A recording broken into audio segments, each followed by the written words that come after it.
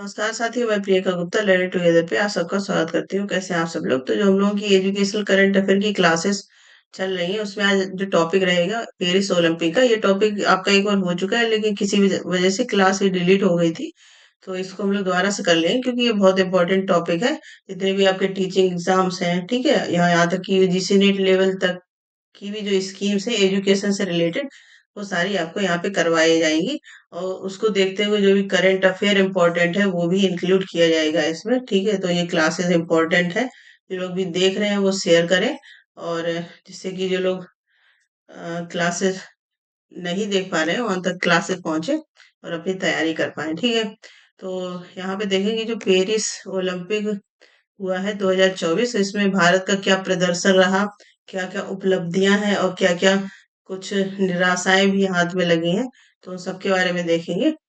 तो सबसे पहले है कि देश पदक तालिका में कितने नंबर पे है? 71वें नंबर पे। अब आपका क्वेश्चन यहाँ से बनता है कि पेरिस ओलंपिक जो 2024 हुआ था, ठीक है, तो वहां पे जो इंडिया की पोजीशन क्या रही थी?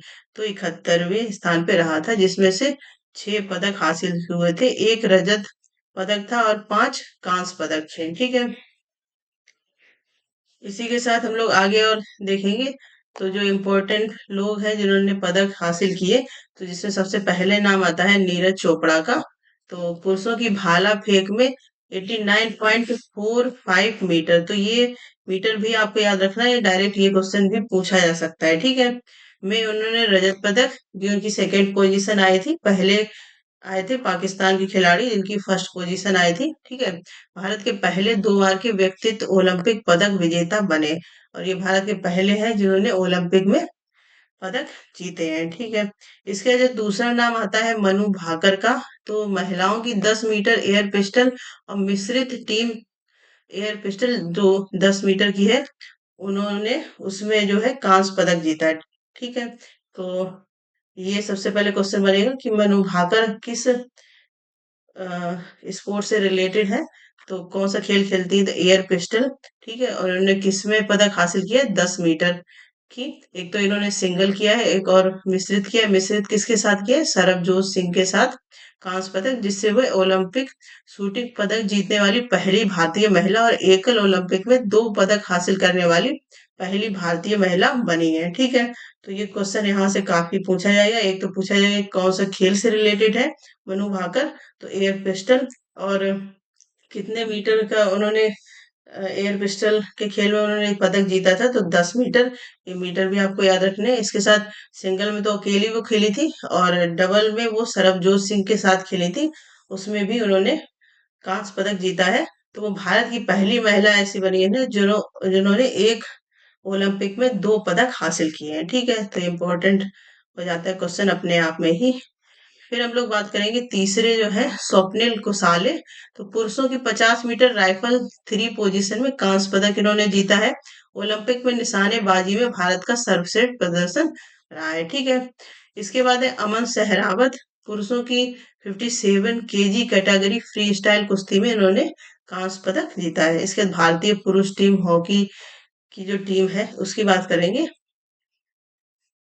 तो 2020 से अपना पुनरुत्थान जारी रखते हुए कांस्य पदक जीता है। मतलब इन्होंने 2020 का जो ओलंपिक हुआ था टोक्यो में, तो वहां भी कांस्य पदक जीता था, और इस बार जो हुआ है 2024 में, यहाँ पे भी कांस्य पदक जीता है। ठीक है, तो ये तो हो गई उपलब्धियां कि किन लोगों ने भारत को पदक दिलवाए हैं। इसके बाद कुछ अ, निराशाएं भी हाथ लगी हैं, जो काफी लोग इस चीज को लेकर परेशान भी हैं। ठीक है, जैसे विनेश फोगाट जी है, तो महिलाओं की 50 किलोग्राम कुश्ती के फाइनल में 100 ग्राम अधिक वजन होने के कारण इनको अयोग्य घोषित कर दिया गया। इन्होंने जो खेल खेला था, क्योंकि ये कुश्ती से खेलती हैं, तो उसमें 50 किलोग्राम कुश्ती के फाइनल में इनका केवल 100 ग्राम वजन कम था, इसलिए इनको अयोग्य घोषित कर दिया गया। बाकी इनका प्रदर्शन काफी अच्छा रहा था उसमें। ठीक है, भारत 6 संभावित पदकों से भी चूक गया, जिसमें लक्ष्य सेन और मीराबाई चानू जैसे कई खिलाड़ी चौथे स्थान पर रहे। ठीक है, तो फिर से एक बार देख लें, तो भारत पदक तालिका में कितना? 71वें स्थान पे रहा, और टोक्यो 2020 में किस पे था? 48वें स्थान से नीचे था। ठीक है। इसके बाद नेक्स्ट है कि देश ने कुल कितने पदक जीते। कुल 6 पदक जीते, एक जिसमें रजत पदक है और 5 कांस्य पदक हैं। ठीक है। एक सिल्वर मेडल है और 5 ब्रॉन्ज मेडल है। इसके बाद है कई निकट चूक और निराशाजनक परिणामों के साथ भारतीय खेलों के भविष्य में चर्चाएं सामने आई हैं। कई निराशाएं भी सामने साथ में लगी हैं। इसके बाद किसकी किसकी भागीदारी रही थी। ठीक, तो भारतीय एथलीटों ने तीरंदाजी हो गया, आपका एथलेटिक्स हो गया, बैडमिंटन, मुक्केबाजी, घुड़सवारी, गोल्फ, हॉकी, जूडो, रोइंग, नौकायन, निशानेबाजी, तैराकी, टेबल टेनिस सहित 16 खेलों में 69 पदक इस स्पर्धाओं में भाग लिया था। ठीक है, तो भारत ने कुल इन इन खेलों में भाग लिया था। इसके बाद हम लोग बात करेंगे जो लक्ष्य सेन है। तो सबसे पहले तो ये किससे रिलेटेड है, बैडमिंटन से। पुरुषों के बैडमिंटन सेमीफाइनल में पहुंचने वाले पहले भारतीय बने हैं, चौथे स्थान पर रहे। ठीक है, पुरुषों का जब बैडमिंटन फाइनल हुआ है उसमें सेमीफाइनल में पहुंचने वाले चौथे ये स्थान पर रहे हैं और पहले भारतीय बन गए हैं जो इस कैटेगरी में चौथे स्थान पे पहुंचे हैं। इसके बाद विनेश फोगाट की हम लोग बात कर चुके हैं। ठीक है, एक क्वेश्चन आपका बनता है कि पेरिस ओलंपिक 2024 है उसका शुभंकर क्या रहा है। तो शुभंकर आपको पता होना चाहिए, द फ्रीजेस। ठीक है, यहाँ पे भी आप लोग देख सकते हैं इंग्लिश में, द फ्रीजेस। इसका क्या मतलब है, जो स्कॉटी रेड कैंप है जो फ्रांसीसी संस्कृति का प्रतिनिधित्व करते हैं, इसे नवंबर 2022 में पेश किया गया था। ठीक है, तो मेन आपको शुभंकर याद रखना है, द फ्रेजेस। इसी के साथ है कि पेरिस 2024 प्रतीक किस प्रकार से रहा है। तो पेरिस 2024 ओलंपिक के लोगों में 3 तत्व शामिल है, एक स्वर्ण पदक, लौ और मराइन फ्रांसीसी गणराज्य का व्यक्तित्व जो करते हैं। ठीक है, तो ये इंपॉर्टेंट चीजें थी जिसमें से आपके क्वेश्चन जो बनेंगे कि किसने किसने पदक किस खेल में जीता है। तो ये जो पहले ही पॉइंट करवाए गए हैं 4-5, जैसे नीरज चोपड़ा जी का है, इसके बाद मनु भाकर है, स्वप्निल कुसाले हैं, अमन सहरावत। तो इन सब चीजों की आपको पता होना चाहिए किस खेल से संबंधित है। इसके बाद इन्होंने किस में पदक जीते हैं।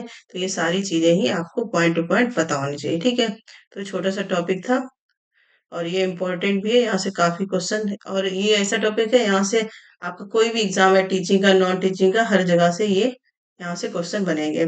तो उम्मीद करती हूँ सारी चीजें आपको क्लियर हो रही होंगी। इसी के साथ हम लोग करते रहेंगे जो भी इम्पोर्टेंट चीजें हैं एजुकेशन से रिलेटेड, जैसे कि पिछली साल भी मैंने ऐसे टॉपिक करवाए थे जो एजुकेशन से रिलेटेड है। बाकी आप लोग जैसे बहुत सारी चीजें, जैसे एनईपी 2020 है, तो पिछली साल की भी क्लासेस देख सकते हैं, उसका लिंक भी आपको दे दिया जाएगा, क्योंकि एनईपी का तो वही सारा रहने वाला है और क्वेश्चन वहां से बनता है। ठीक है, तो ज्यादा से ज्यादा शेयर करिए जिससे कि ज्यादा से ज्यादा बच्चों के पास पहुंच पाए। अगर आपको भी लगता है कि कोई टॉपिक है जो करवाना है तो वो आप कमेंट सेक्शन में बता सकते हैं। इसके अलावा कोई डाउट है तो वो भी पूछ सकते हैं। ठीक है, और इसी प्रकार के अपडेट के लिए बने रहिए लर्न टुगेदर से। धन्यवाद।